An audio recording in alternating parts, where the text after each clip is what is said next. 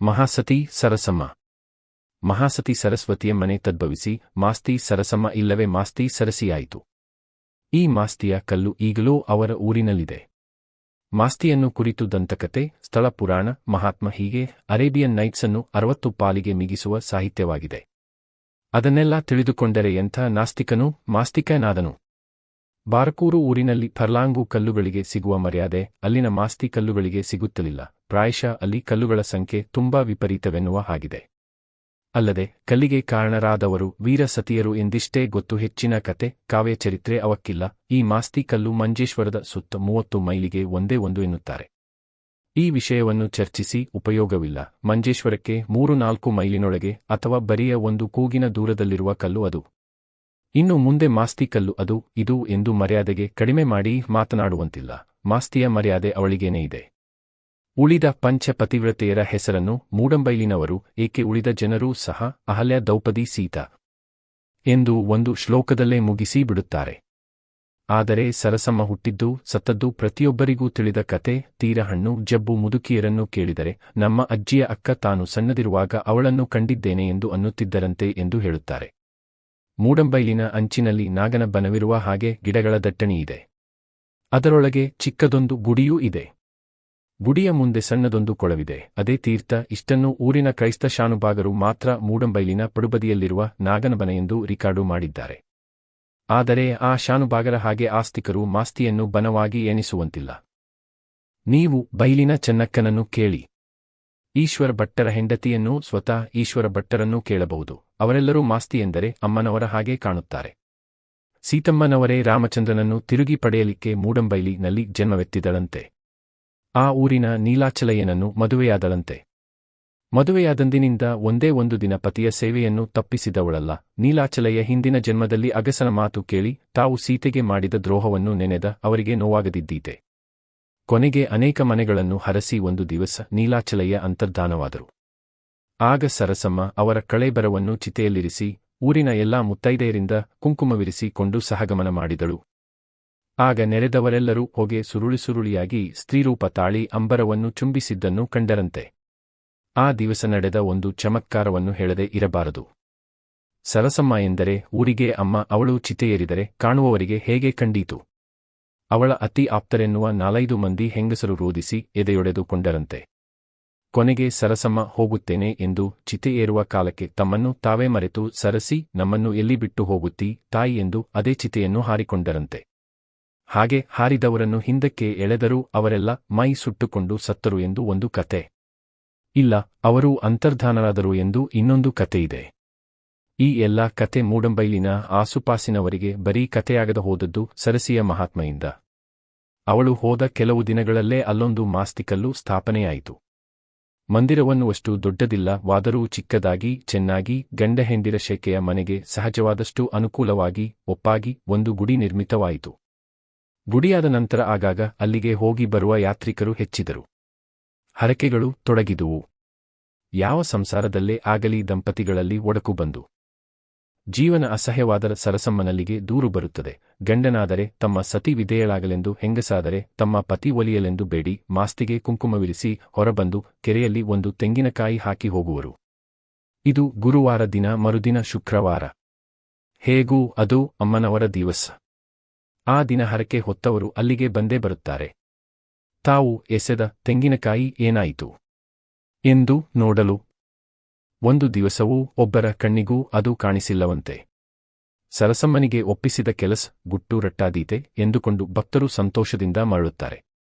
ಸತಿಪತಿಯರು ಎಂಥವರೇ ಇರಲಿ, ಅವರಲ್ಲಿನ ಮನೋದ್ದೇಶಗಳು ಸಾವಿರವಿರಲಿಕ್ಕೆ ಹಿಡಿದ ಸತಿ ಆಮೇಲೆಯೂ ಸತಿಯೇ. ಸರಸಮ್ಮ ನೀಲಾಚಲಯ್ಯ ಸತ್ತ ಎಂದು ಕುಂಕುಮವನ್ನು ಅಳಿಸಿ ಕೆಂಪು ಸೀರೆ ಉಡಲಿಲ್ಲ. ಇದೆಲ್ಲ ಪೊಳ್ಳು ನಂಬಿಕೆ ಎನ್ನುವವರಿದ್ದಾರೆ. ನಂಬದಿದ್ದವರಿಗೆ ಎಲ್ಲಾ ಪೊಳ್ಳು, ನಂಬಿದವರಿಗೆ ಎಲ್ಲ ದಿಟ. ತಿಳಿದ ಮಟ್ಟಿಗೆ ಹೇಳುವುದಾದರೆ ಈ ತಲೆಮಾರಿನವರಲ್ಲಿ ಯಾರಾರು ಅಲ್ಲಿಗೆ ಹೋಗಿ ಈ ಗುಪ್ತ ಹರಕೆ ಹೊತ್ತು ಬಂದಿದ್ದಾರೆ, ಹೊತ್ತವರಿಗೆ ಏನಾಗಿದೆ ಎಂದು ಸಂಪೂರ್ಣ ಹೇಳಬರುವುದಿಲ್ಲ. ಈ ಕಾಲದವರ ನಂಬಿಕೆಯೂ ಅಷ್ಟರಲ್ಲೇ ಇದೆ. ಅಲ್ಲದೆ ಅದಕ್ಕೆ ಎದೆಗಾರಿಕೆ ಬೇಕು. ಮಾಸ್ತಿ ನಡೆಯಿಸಿಕೊಡು ತಾಳೆ ಎಂದು ನಂಬಿ ರಾತ್ರಿ ಒಂಟಿಯಾಗಿ ಅಲ್ಲಿಗೆ ಹೋಗಿ ಬರುವ ಸ್ತ್ರೀ ಪುರುಷರೂ ಬೇಡವೇ? ಹೆಣ್ಣು ಮಕ್ಕಳು ಒಮ್ಮೆಗೆ ಹಾಗೆ ರಾತ್ರಿ ಹೊತ್ತು ಹೊರಬೀಳುತ್ತಾರೆಯೇ ಎಂಬ ಮಾತೂ ಬರಬಹುದು. ಗಂಡಸರಿಗೆ ಅಂಥ ಜರೂರಿ ಏನು ಬಂತು ಎಂಬ ಕುಚೇಷ್ಟೆಯೂ ಬರಬಹುದು. ಆದರೆ ಕೇಳಿ ತಿಳಿದ ಮಟ್ಟಿಗೆ ಕಳೆದ ತಲೆಮಾರಲ್ಲಿ ಒಂದಲ್ಲ 10 ಅನುಭವಗಳನ್ನು ಸಾಕ್ಷಿಯಾಗಿ ಒದಗಿಸಬಹುದು. ಇದೇ ಸೀತಕ್ಕನ ತಾಯಿ ಮಾಚಕ್ಕ ಇರುತ್ತಿದ್ದ ಕಾಲ. ಮಾಚಿಯನ್ನು ಕಂಡರೆ ಗಂಡನಿಗೆ ಹಾಗಲಸೊಪ್ಪಿನ ರಸ ಕುಡಿಸಿದ ಹಾಗಂತೆ. ಮದುವೆಯಾದದ್ದೇ ಏಕೋ ಆ ಪುಣ್ಯಾತ್ಮ ಮದುವೆಯಾದ ಮೇಲೆ ಒಂದು ದಿವಸವೂ ಮಾಚಿಯ ಜೀವ ತಿನ್ನದೆ ಬಿಟ್ಟವನಲ್ಲ. ಅವಳು ಮಾಡಿದ್ದರಲ್ಲೆಲ್ಲ ದೋಷಾರೋಪಣೆ. ಸಾಲದುದಕ್ಕೆ ನೀನು ನಿನ್ನೆ ಅವನನ್ನು ನೋಡಿದೆ ಯಾಕೆ?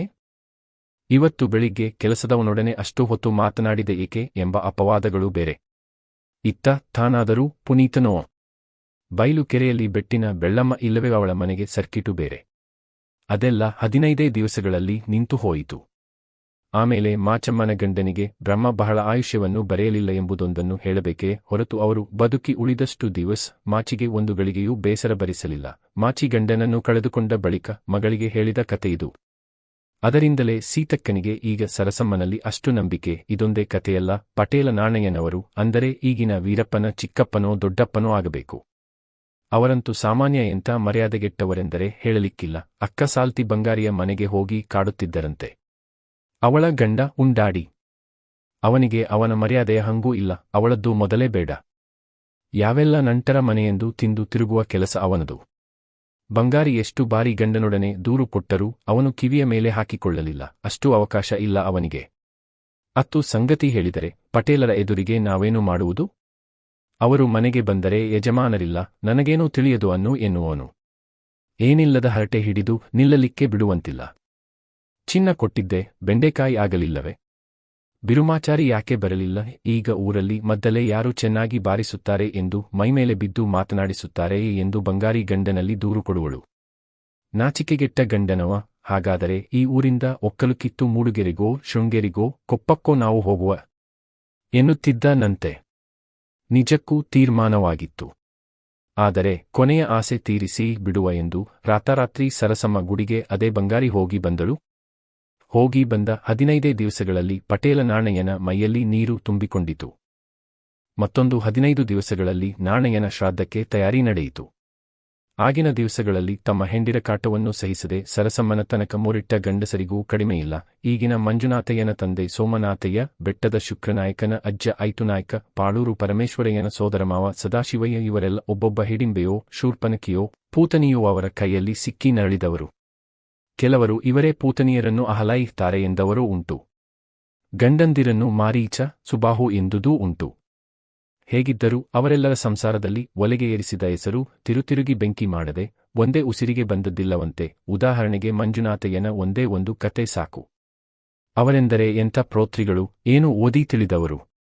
ಅವರ ಜಪಕ್ಕೆ ಹಗಲು ಸಾಲದೆ ಹೋಗುತ್ತಿತ್ತು. ದೇವತಾ ಮನುಷ್ಯ. ಆದರೆ ಅವರಿಗೆ ಸಿಕ್ಕಿದ ಅಪರಂಜಿ ಹೇಗಿನದು? ಕಾಣಲಿಕ್ಕೊಂದು ರೂಪವೂ ಇಲ್ಲ. ಬೆಳಗಿನಿಂದ ಸಂಜೆಯ ತನಕ ಇವರ ಬಾಯಿಂದ ಹೊರಟ 3 ಪಾಲಷ್ಟು ಸ್ವರ ಅವಳ ಬಾಯಿಂದ ಹೊರಡಬೇಕು. ಇವರು ಅಚ್ಯುತಾಯ ನಮ ಅನಂತಾಯ ನಮ ಎಂದರೆ ಅವಳು ಸೀರೆ, ಚಿನ್ನ, ಹೂವು, ವಡೆ, ಪಾಯಸ, ಕಡುಬು, ಚಕ್ಕುಲಿ, ಕೋಡಳೆ ಮತ್ತೊಂದು ಅನ್ನುತ್ತಿತ್ತು ಎಂದು ಅನ್ನುತ್ತಾರೆ. ಅವರಾದುದಕ್ಕೆ ಕೇಳಿದರು. ಕೇಳಿ ಕೇಳಿ ಜಪದ ಸರಣಿ ತಪ್ಪಿ ತಿರುಗಿ ತಿರುಗಿ ಗುರುರೇಕೋ ಗುರುಬ್ರಹ್ಮ ಎಂದು ಪ್ರಾರಂಭ ಮಾಡುತ್ತಿದ್ದರೆ ವಿನಾ ತದಿಂದೆ ಹೂ ಎಂದು ಒಂದು ಸಾರಿಯೂ ನಾಲಿಗೆ ಕೆಡಿಸಿಕೊಂಡವರಲ್ಲ. ಆದರೆ ಎಷ್ಟೆಂದರೂ ಮನುಷ್ಯರಲ್ಲವೇ? ಕಿವಿಗೆ ತುಂಬಾ ಕರೆಕರೆಯಾದರೆ ಮನಸ್ಸು ಬಿಟ್ಟು ಜಪವನ್ನಾದರೂ ಮಾಡಬೇಕು ಅಂದರೆ ಹೇಗೆ? ಒಂದು ದಿನ ಅವರು ಹೆಂಡತಿ ಕಾಟ ಸಹಿಸಲಾರದೆ ಸರಸಮ್ಮನಲ್ಲಿ ದೂರು ಕೊಟ್ಟರಂತೆ. ಮತ್ತೊಂದು ತಿಂಗಳಲ್ಲಿ ಅವರೇ ಹೆಂಡತಿಯ ಕಿವಿಯಲ್ಲಿ ಪಂಚಾಕ್ಷರಿ ಜಪವನ್ನು ಉಪದೇಶಿಸುವಂತಾಯಿತು. ಅಂಥ ಮಹಾಸತಿಯ ಗುಡಿ ಇಂದು ಮೂಡಂಬೈಲಿಗೆ ಸಂಜೀವನವಾಗುವುದರಲ್ಲಿ ವಿಶೇಷವೇನು? ಸರಸಮ್ಮನ ಕೀರ್ತಿ ಬರಿಯ ಆ ಊರಿಗೇನೆ ಅಂಟಿನಿಂತಿರಲಿಲ್ಲ. ಸುತ್ತಲಿನ 40 ಹಳ್ಳಿಯವರು ತಿಳಿದಿದ್ದರು.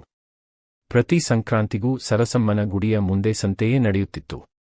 ಮಕರ ಸಂಕ್ರಾಂತಿಗಂತೂ ಭಾರೀ ಜಾತ್ರೆಯೇ ನೆರೆಯುತ್ತಿತ್ತು. ಜಾತ್ರೆಗೆ ಹಾಳು ಕೋಳಿ ಅಂಕಕ್ಕೆ ಬರುವ ಜನರೇ ಹೆಚ್ಚಿದ್ದರೂ ಭಕ್ತಿ ಇದ್ದವರಿಗೆ ತಾವು ಬರುವುದು ಕೋಳಿಯ ಜೂಜಿಗಳು ಸರಸಮ್ಮನಿಂದ ವರ ಪ್ರಸಾದ ಪಡೆಯಲಿಕ್ಕೆಂಬುದು ತಿಳಿದೇ ಇದೆ.